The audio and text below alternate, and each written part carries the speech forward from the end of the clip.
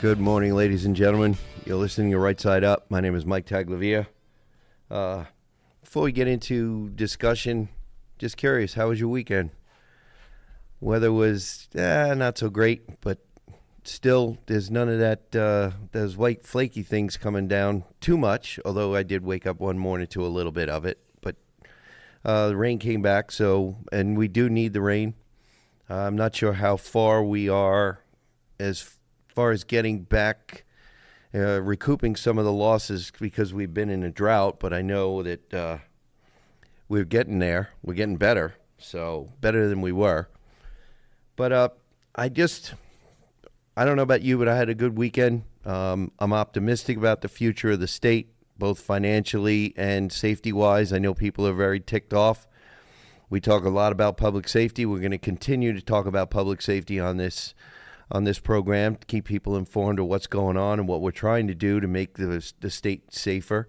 I know the administration is doing what they can to make it safer, but once we get back into session in the legislature come January, there's some hard work that needs to be done. There's some serious debate that needs to be had, and discussions need to be in-depth. There's some of the hard discussions that are going to need to be had.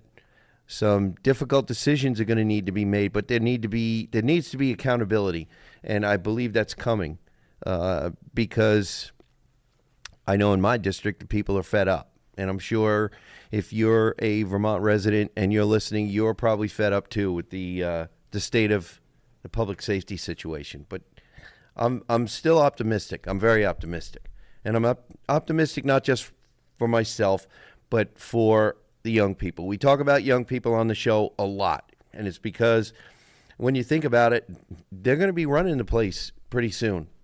I don't know, some of you can or can't see me on podcasts. Maybe you're only listening, but I got a lot of that snow on the roof myself.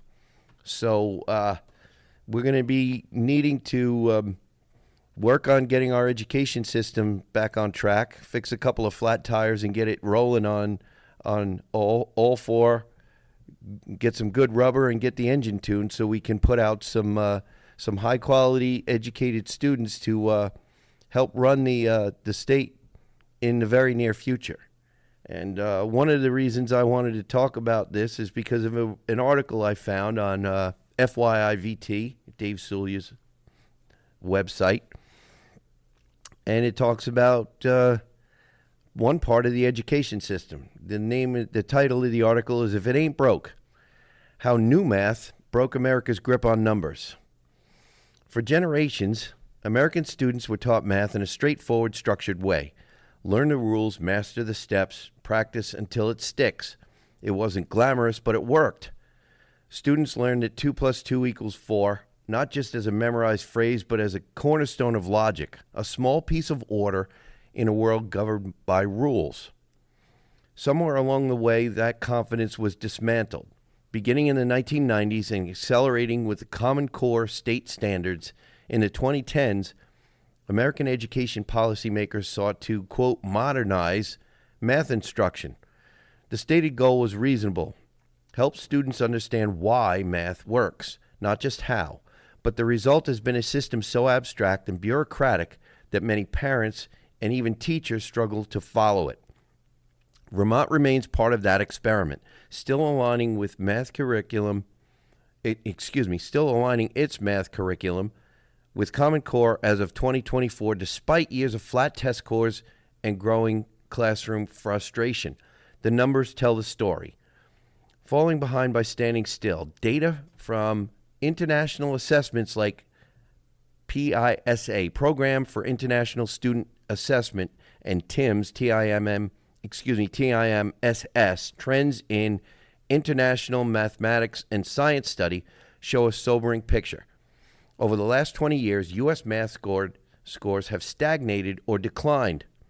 We've seen that just recently. The scores in Vermont have come out, and they reflect the same, just like this article just said. While countries such as Singapore, Japan, South Korea, and Finland remain consistently at the top. What's striking is that these top performers didn't overhaul their systems every decade. They didn't chase pedagogical pedagogical fads or politicized reforms. They refined what worked. Singapore still teaches arithmetic the traditional way: clear structure, cumulative mastery, and rigorous repetition before moving on to abstract concepts. Japan's quote lesson study approach has teachers collaborating to refine lessons for clarity and logic, not to follow federal rubrics. Finland, often held up as the model for progressive education, doesn't even rely on standardized testing. Instead, it hires highly trained teachers and gives them freedom to teach fundamentals well. By contrast, the U.S. has changed math instruction repeatedly in pursuit of silver bullets. New math, everyday math, Common Core, and a revolving door of reforms that emphasize process over performance. The logic of confusion. Common Core math, in particular, aimed to promote number sense. The idea that students should deeply understand numbers instead of memorizing procedures. It sounds good on paper. In practice, it buried simple arithmetic under layers of over-explanation and jargon. And it shows a little example. Let's see. Students were told to decompose numbers and make tens. And it shows a little arithmetic equation that I won't read through here, but it says the question is mathematically sound? Sure. Necessary for a third grader? Not really. Parents quickly found themselves reteaching math at home because they couldn't follow the new methods. The emphasis on showing your work in a prescribed way often meant that quick, correct answers earned lower grades than long, convoluted ones. This sounds like somebody was trying to teach calculus to a 3-year-old. Students who thought efficiently, that was my own acknowledgement there, ladies and gentlemen. Students who thought efficiently were penalized for not thinking creatively enough. It's no surprise that frustration grew. The old system, learn the basics, apply them confidently, had produced decades of competent engineers, scientists, accountants, and builders. The new one produced anxiety, resentment, and confusion. Let's see. The deeper problem isn't just the method. It's the mindset behind it. For decades, American education theory has been influenced by constructivism, the belief that knowledge isn't transmitted but individually constructed by each learner. In math, that means the focus shifts from accuracy to process.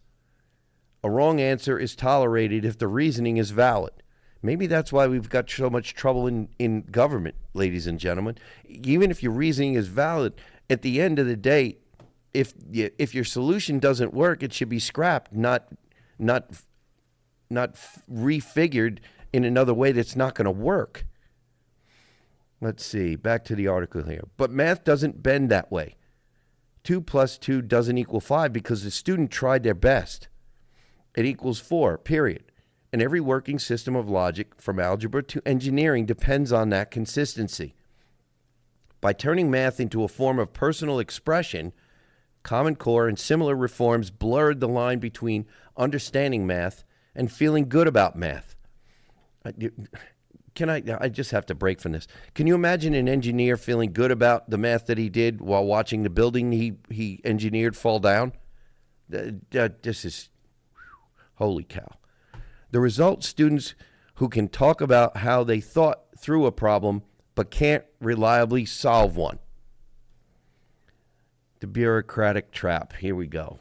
Much of this confusion stems from how Common Core was implemented. The standards themselves were developed by committees and testing organizations, not by the nation's best mathematicians or classroom teachers. Publishers rushed to create aligned textbooks and software, often filled with convoluted diagrams and step-by-step scripts that teachers were required to follow. Instead of empowering teachers to teach math well, Common Core standardized mediocrity. The people who were supposed to gain freedom, students and educators, lost it to rigid checklists and testing rubrics. Meanwhile, test results flatlined and morale plummeted. The irony is that America once led the world in producing engineers, inventors, and scientists without any of these modern frameworks. The system wasn't perfect, but it worked. It produced people who could do math, not just talk about how they feel about it. Other countries didn't catch up because they invented new math. They caught up or passed us because we started fixing what wasn't broke. The difference comes down to philosophy. They teach math as math, structured, logical, hierarchical. We teach math as therapy, exploratory, subjective, endlessly reimagined. Until American education returns to the basics, mastery before theory, clarity before creativity, we'll keep churning out students who can't balance a checkbook but can write a paragraph about why that's okay. Math isn't a cultural construct or a political tool. It's a language for describing reality, one that doesn't care about ideology, self-esteem, or bureaucratic fashion. And when a nation loses fluency in that language, it loses something fundamental. Its ability to build, to reason, and to trust in the ability of truth itself. Maybe it's time to stop reinventing the wheel and start teaching kids how to count again, at least in Vermont. Well, I have to tell you, I couldn't agree more. Like I said, maybe that's why we found ourselves looking to visa programs to import people, give people visas who had engineering degrees, because we can't produce our own thanks to the new math that we have. That to me doesn't make sense, ladies and gentlemen. We have students who are sitting in classrooms and they want to learn. We know how to teach them. We just, I believe, last year went back to teaching phonics with respect to reading and English. We need to get back to basics when it comes to math. We need to be producing the engineers and mathematicians and scientists that we have in our schools right now, just by changing from Common Core back to the math teaching that worked for decades. It's not hard. It's not hard. These young students are our future. We need to stop scaring them, boring them, and making them feel like they don't understand math when they can very easily understand math. If our schools need to get back to basics, we need to have, and here we go, I'm going to probably pluck some nerves with respect to Act 73, but if this comes down to some sort of board that makes the decision about local control, then so be it. If we want to really take care of our young people, our students, our kids, then this needs to be part of it. This needs to be part of it. We need to allow our kids to, if they want to be mathematicians. I don't know what the school systems are like now. I know when I was in school, I took math all 4 years in high school. I took science all 4 years in high school. I chose to. It wasn't required. But if we have students who like doing math and science, we should be encouraging them to do that. We should have in all areas, even if we have to be able to finance a way for our young, talented students. Remember gifted and talented programs, ladies and gentlemen? If it has to do with math or science, then why can't we do that? We must do that for the sake of the state and for the sake of the country. We need to be doing everything we can to support all of our students, but especially, in my view, the higher learners who right now are sitting in a classroom because they're bored, because of Common Core, or because we don't have our students broken out by achievement or ability. So just something to think about, ladies and gentlemen. I know we've got a lot more to talk about, but I've already managed to burn through the first segment here, so we've got to pay a few bills. We'll be back in a couple minutes. You're listening to Right Side Up.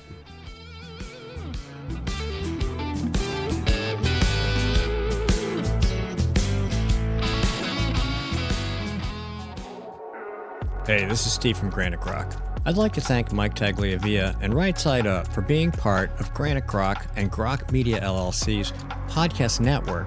You can check out all our programs every night of the week at 8 p.m., except on Tuesdays when we do Granite State Live, which starts at 7 p.m. Eastern Time.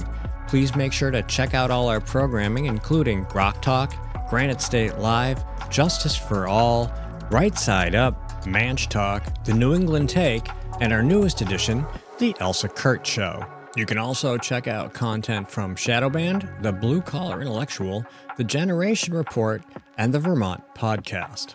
And be sure to visit GraniteGrock.com for news and opinion you can't get anywhere else.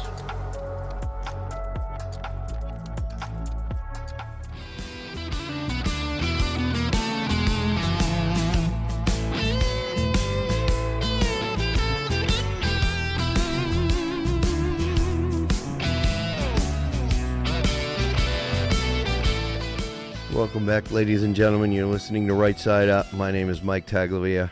I want to get back into discussion here, but I want to switch gears, talk about something else. I was thumbing through, looking for things to talk about, and this article gives a pretty interesting perspective and opens up a probably long overdue question. And it's about our DMV, ladies and gentlemen. So I know everybody's hair probably went up because we know how much we love having to pay registration fees and having to reinspect our vehicles every year. So this one is going to probably touch a nerve with a lot of people. But it's a discussion that needs to be had. It's a debate that needs to be had, and not just across the dinner table, up in Montpelier as well. So this one is also from FYIVT. It's, let's see, the article is, "It's time to ditch Vermont's annual DMV subscriptions." Every year, Vermonters line up, log in, or mail off a renewal fee to the state just to keep driving the same car they already own. The privilege of owning your own property now functions like a subscription service, except unlike Netflix, if you miss a payment, you can get fined or criminally charged. It's time to scrap the subscription model and replace it with something sane, a lifetime vehicle registration and a lifetime driver's license. I'm liking this one a lot. Pay a reasonable one-time fee, prove you're qualified, and be done with it. No more annual paperwork, no more penalties for forgetting, and no more bureaucratic rent collection disguised as public safety. Let's see. A fairer deal for the driver. Here's the simple math. Register your vehicle once, pay a one-time $100 fee, and you're set. Excuse me. The state gets compensated for record keeping, plate issuance, and system maintenance. After that, the only time the DMV hears from that vehicle again is when ownership changes hands or the car goes to the scrapyard. That's it. No annual renewal, no second, third, or 10th processing fee.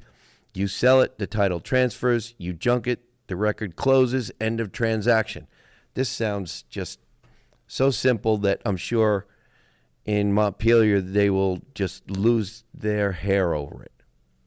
Let's see. The idea isn't radical, it's logical. A car registration isn't a subscription. It's a record of ownership. The administrative cost of maintaining that record doesn't magically reappear every 12 months. The only reason it's recurring is because the system was designed that way decades ago, and the state got accustomed to the revenue stream. More like addicted, I would say, than what the author says. Not accustomed. Let's see. Follow the money. If in Vermont, the DMV collects over $100 million a year in vehicle registration and licensing fees. The department's own budget runs around $45 million, less than half of what it brings in.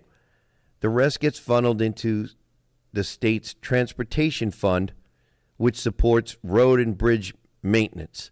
And off on a little bit of a tangent here, ladies and gentlemen. But we were talking about this. I was talking about this among friends one day, and somebody brought up the prospect that the real reason DMVs went up by 20% last biennium was because if the registration fees increased, then federal matching funds increased. So I'm not 100% sure. I think that was the driver behind it. And then one of the things that needs to happen is that needs to be a minimum of reversed, or maybe we can take up the idea that what the authors got here, because got to tell you, I'm liking it. Let me get back to the article here. That's fine. Roads need upkeep, but the annual renewal ritual isn't about fixing potholes. It's about keeping the cash flowing steadily. We're paying for bureaucratic convenience, not better highways. A one-time registration model would force the state to budget honestly, to separate administrative costs from infrastructure funding, and to stop pretending that Vermonters need to renew their ownership rights every year. If the loss of renewal fees means the DMV shrinks a little, that's not a tragedy. That's government trimming back to its actual purpose. A smarter license system. Let's see. The same logic applies to driver licensing. Once you've proven you can operate a vehicle safely, why should you have to relicense every 4 or 8 years? In most cases, you don't suddenly forget how to drive between birthdays. A lifetime license would make sense. Pay $100, take your road test, and you're done. Unless you lose your license through suspension or revocation, you choose to update your photo or information, a small $15 to $20 reissue fee, or you reach 70, at which point a driver should start some sort of regular medical research recertifications. Sounds reasonable, doesn't it? That model already works elsewhere. Arizona uses one of the longest license validity periods in the United States. A driver's license issued before age 65 remains valid until the driver turns 65. After that, renewal is required only every 5 years with a simple vision test. The system trusts competent adults to drive until there's a clear reason not to. How could this be carried out? Simple. Put it online or into a handful of kiosks around the state. A streamlined digital system could handle nearly everything: initial registration, ownership transfers, license applications, and updates, without anyone standing in line or mailing paperwork. You register your vehicle once or get your lifetime license through a secure web portal or kiosk. Need to change your address or replace a lost card? Log in, pay a small fee, print the new document, done. A few kiosks in town offices or post offices could cover the rest. Each would be connected to the DMV database, print plates or licenses on the spot, and automatically log transactions. For most Vermonters, the entire DMV experience would take minutes, not hours or days. It would save citizens time, save the state money, and finally drag the system into the 21st century. Ownership, not rentership. The bigger issue isn't just bureaucratic inefficiency, it's philosophical. Every year, the state reminds you that your car and your license aren't quite yours. You're renting your right to use them. Miss a payment, and suddenly you're treated like a criminal. This is the same mentality creeping into every corner of modern life: subscription software, pay-to-play services, and government fees that never end. It's a system that monetizes compliance instead of rewarding responsibility. Owning a car or earning a driver's license should be permanent acts of competence and ownership, not annual invoices from the state. Let's see. Vermont could lead the way by piloting a lifetime registration and licensing program. $100 for a one-time vehicle registration, valid until sale or scrap. $100 lifetime driver's license. Optional photo or data updates for a small fee. Mandatory medical check-ins every few years after 70. It's fair, modern, and drastically simpler. It saves citizens time and money, and it forces the state to rethink its dependency on perpetual fees. It's not radical, it's rational and long overdue. So I believe Mr. Sully's got a point here. I think he's got a very valid point. The other thing that is not talked about in this article, which people have been bringing up to me, and I believe it was on the table this past session, but I will have to look into that. Vehicle inspections. Vehicle inspections, the state of New Hampshire, I believe, canned their vehicle inspections. I don't know if they had them yearly or every other year, but New Hampshire, they did two really good things last year. They had statewide school choice enacted, and they got rid of the inspections for vehicles. I don't know if it's a one-time, one and done, and then you're responsible, which would make sense. You get a new vehicle, you register it, you get it inspected, and you're down the road. And then it's up to you. It's your vehicle, you maintain it. If you don't maintain the roof on your house, it's going to leak. If you don't maintain your car, then you're going to crash. And that's one of the reasons why we have insurance. So if we have the insurance and we make this state, even if we needed to change the statute to make it so that you are responsible for your car, if it was found to have a safety default that you or defect that you neglected, like bad brakes or ball joints or something like that, then you, the consumer, you, the owner of the vehicle, should be the one to be held responsible. So that would be, I think, another thing that would make a lot of Vermonters, number one, it would make them smile. Number two, it would ease up on their checkbook, on their savings and their finances, just to be told, or not to be told they have to inspect their vehicle every year, especially in a state where we have to deal with road salt and other chloride applications that cause a rust hole. A rust hole in a vehicle, whether it be in a corner panel or a door, is not really truly a safety issue. And most of you in the listening audience already know that. So the idea of the lifetime registration, the lifetime license, and a one-time per vehicle inspection, and leave it up to you, the responsible car owner, to get your vehicle inspected, fix the brakes when they need it, fix the ball joints when they need it, tune it up when it needs it. That's all on you.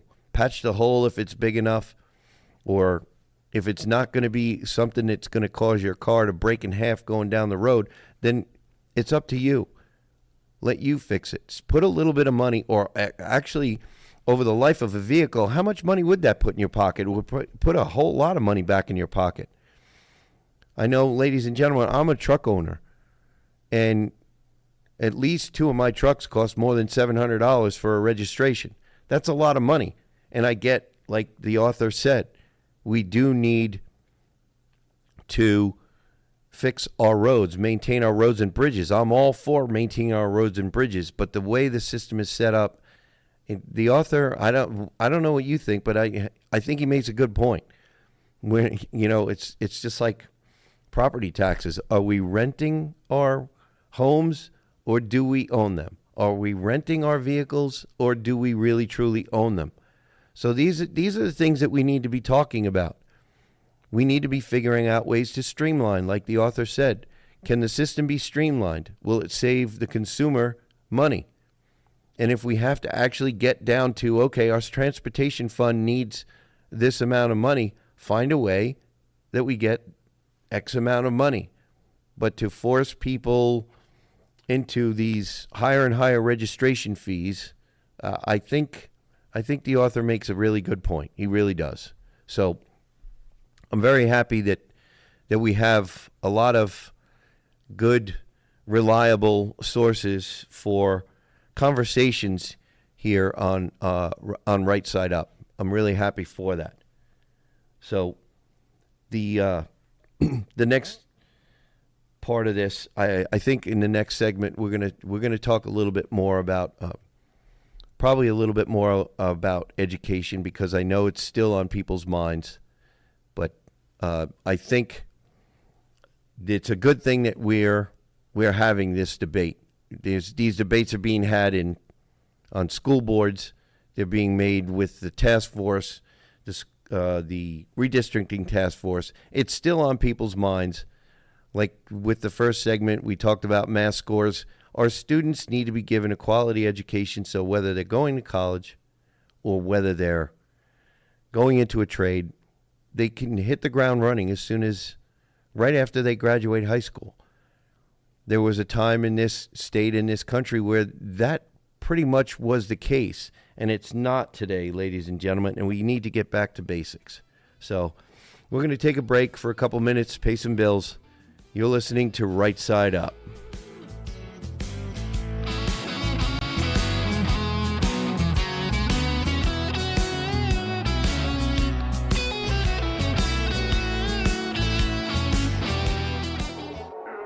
Hey, this is Steve from Granite Rock.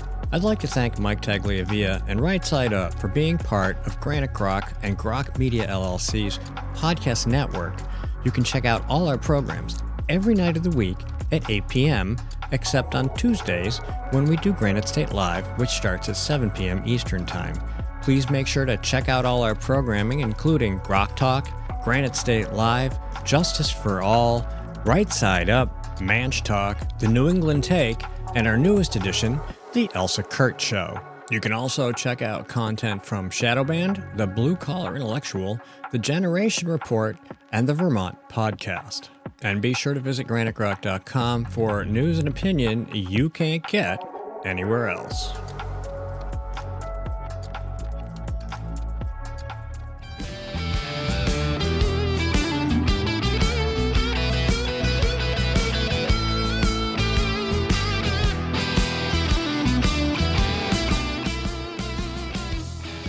Welcome back, ladies and gentlemen. You're listening to Right Side Up. My name is Mike Tagliavia. I want to, before we get back into any discussion, I just want to remind all of our listeners, if for some reason you cannot listen to us on WNTK radio, you can go to WNTK.com on the internet, find the podcast button, click on it, and you can listen to any number of our shows just by finding Right Side Up, scrolling down. You'll have a lot of them to listen to. You can also find them on Podbean. You can find them on granitegrok.com. You can find them at 802 Scoop YouTube and 802 Scoop Facebook. So you can also reach us, find us at, if you'd like to drop us a line, rightsiteupradio@gmail.com. I know I wanted to talk a little bit about education, but I wanted to bring up a little bit. We don't talk a lot about federal stuff unless it's got a connection back at least to either New Hampshire or Vermont or both. So I wanted to pull something here from Granite Grok, our friends over on the east side of the river there in New Hampshire. And this is by Steve McDonald from Granite Grok. Will the healthcare industrial complex pillage rural healthcare funds? Let's see. One of the Democrats' hostage demands is the repeal of $50 billion earmarked for improving rural healthcare. For all their focus on this stand being about healthcare, the media should be asking a lot more questions about why they oppose this. The big, beautiful bill cut funding for non-citizens and added funding for improved care in hard-to-reach areas. That would help everyone. And it would help a lot, not only in the state of New Hampshire, it would help a lot of people in the state of Vermont as well. Why are you trying to end the latter to fund the former? New Hampshire has a lot of rural health care crisis created by Democrats and sustained by the state Senate, whose benefactors in both parties receive large sums from the hospital cartel. Until recently, you couldn't run any clinic or practice without permission of the nearest hospital and some agreement to affiliate with it. That local urgent care wasn't independent. It's tied to the local hospital, which, as we saw during COVID, meant it had to align with its protocols or else. Things improved last session and we're on the right track, but I just read a press release from the governor's office about applying for some of that rural health care money in the big, beautiful bill. My cynicism may be getting the better of me, but it feels like the state is going to launder the grant through the usual suspects. The way resources sent to third world countries to provide food and clean water to the impoverished, never to get past the government officials tasked with managing them. As an independent entity under the governor's office embedded in DHHS, Go North will leverage existing DHHS expertise and infrastructure to oversee implementation of the Rural Health Transformation Program and help deliver innovative solutions to improve rural health care. New Hampshire's Rural Health Transformation Grant application, with input from more than 300 stakeholders across hospitals, rural health care providers, community health centers, and the public, focuses on the following areas. Make rural New Hampshire healthier through prevention, chronic disease management, and improve behavioral and maternal health. Ensure sustainable access to care by strengthening rural hospitals, health centers, EMS, and telehealth services. Build and retain a skilled rural health workforce through education, training, and career pathways. Promote financial stability with innovative payment model and value-based care. Modernize care delivery by expanding technology, interoperability, and data security. It's unclear to me whether most of this, quote, growth, or whatever you want to call it, will be happening outside the existing cartels or their interests. I sense that New Hampshire's healthcare industrial complex will do its utmost to scoop up resources and control how they are used, with creating or allowing competition not on the list of priorities. Truly beneficial improvement in rural care, or care in general, requires the ability to allow private interest to establish practices wherever there is a need, from doctors to clinics to pharmacies, working in underserved areas where margins need to be lower despite the likely decreased volume of patients. A few $100 million managed by stakeholders does not strike me as likely to address what would fix this without any tax dollars being laundered. Doctors will establish a private practice wherever they are allowed to, if they can afford to. The problem is that they can't afford it because of government barriers. And we see that all over. We see that in the state of Vermont. We've talked about this up in the State House till we're blue in the face. And these barriers, like the author is saying, they do exist and they need to be removed. It's plain and simple. Everything about being a country is predicted on the ability to help people without the state or its public health oligarchs making everything difficult or impossible or demanding control. We still haven't opened the insurance market enough to enable plans and pricing that work for regular people. The Affordable Care Act was sold as the path to this, but it did the opposite, as of course it would, being a government program. And the author is really correct here.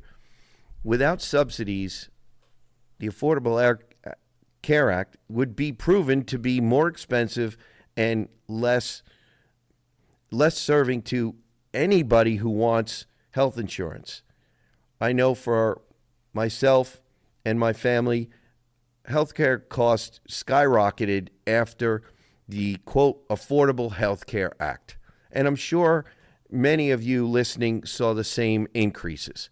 So it's been proven not to work, and we have this really big problem all over, in state houses all over the country, where we have these programs that sounded good. They sound like they're going to work. They sound like they're going to be the silver bullet for fixes. But we find out that they don't work, at which time that's when we should say we need to reverse course. We need to come up with a different plan, not try to tinker with a plan that we know is not working. And that's what's been happening with the affordable health care, ladies and gentlemen, not just in Vermont, not just in New Hampshire, all over. So as soon as we scrap this system, we're probably going to find that we have much cheaper health insurance. We need to open up markets, for one. Vermont is another one that has, it's a perfect example. We have two companies, I think, that are both riding, they're on thin ice. And if they do close their doors, the state of Vermont is going to be in really deep doo-doo. So the markets need to be open, plain and simple. Let's see. You can't choose a buffet plan the way you might car insurance coverage and then send it to a dozen insurers so they can fight for the right to take your money. This is exactly right what this author is saying. When you have the market open like that, people will be competing for your business, and it's going to moderate the price. I know there are so many people in state government who just don't believe in capitalism, but they won't look at what works. All right, let's see. Doctors are spending obscene amounts on managing the care system outside of actual care. And while diagnostic services have shown signs of life by competing for customers for blood tests and imaging, the entire industry needs this sort of thing all around. We were just talking about that, ladies and gentlemen. Open up the market. Let people compete for your money. Sure, we've seen some cash for services offices pop up, but we need more of that and some amalgamation of free market thinking across the rest of what passes for the Republic's health infrastructure. There's so many truths in this article. It's unbelievable how we take problems that have much more simple fixes and we throw all this complicated gobbledygook on top. These, as one legislator who's no longer up in Montpelier said, these Rube Goldberg contraptions, and throw them at the wall, and they never really stick without us band-aiding fix after fix after fix, and they never save us any money, and they never really fix the problem either. So, let's see. Much like public education, didn't we just talk about that, ladies and gentlemen? More money isn't the answer because the more we throw at it, the more expensive it gets. Well, especially if it's government regulated. That's what makes it more expensive. New Hampshire has a lot of rural areas in need of attention, and so does Vermont, ladies and gentlemen. But we're a small state. Some corners of America have, quote, middle of nowheres, end quote, the size of several New Hampshires. And I'm not convinced the best intentions of the $50 billion allocated to improve rural health care will get there from here. So Steve McDonald, I think, speaks a whole lot of truth in his article here. And, you know, to get back to this battle back and forth in Washington, D.C., as of the time that we're sitting here recording, ladies and gentlemen, I believe we finally got to the 60 votes necessary because there were, I believe, 7 Democrats who came to the table and said, enough is enough. The American people, the people who haven't gotten paychecks, who need paychecks, have suffered enough, and we're going to go along with opening up the government. So the Democrats and their phony, the Republicans are the reason. Finally, 7 of them, I believe it was, came to the table and decided that they were going to go for it. And I don't think either of our senators from the state of Vermont voted to open the governor. I'm fairly certain that Peter Welch, one of our senators, did not vote with Republicans to finally get the government, the D.C. government, back open. I don't know for certain how Senator Sanders voted, but I'm glad to see that people are finally coming to the table, coming to the realization that this argument, this debate needs to be happening in a different setting, not in a setting where people are being held hostage. And that's what it was. That's what it was. I mean, there needs to be a way to find, this $50 billion going to rural America, I'm sure will help in the state of Vermont if there is, like the author said, if most of the money finds its way to the rural caregivers. If Dr. Joe Schmo wants to open up a practice up in the NEK where the population is very, very low, or in my district of Orange 1, where the population is spread out over a large number of square miles, then I hope it helps them. And I hope there is not this so-called laundering of money through these big corporations, and they will be the arbiters of who receives the healthcare dollars that are going to help rural Vermont and rural New Hampshire. But I guess time is going to tell. Time will tell. So, ladies and gentlemen, we're coming to the end of another Right Side Up. I hope that I am giving you information that spurs your interest, that keeps you informed, that gives you homework to want to do a little bit deeper digging. We're all about informing you. Like I say, always find out who your representatives are, what they're advocating for, what they voted for, because that's how you get the government that you vote for. So please remember, stay safe, stay informed, listen to Right Side Up.